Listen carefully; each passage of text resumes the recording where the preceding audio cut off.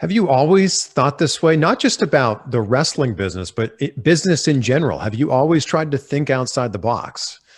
I think that I learned a long time ago that one should not define oneself by one's job, because first of all, that's a pretty shallow pool.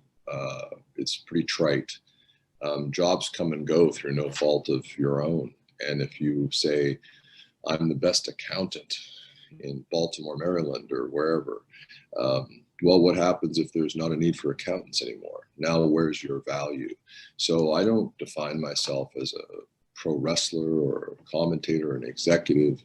I have to be happy within myself with who I am.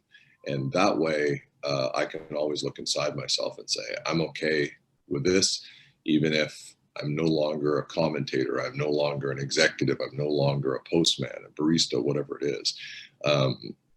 But most people do define themselves by their place on the card or how much money they make. And money, there's a lot of reading. There's a great book called The Blue Book of Happiness that talks about money impacts people's happiness up to the magic number is about $70,000 a year, because through research, they've looked and said, that's how much you need to be able to pay your bills and live.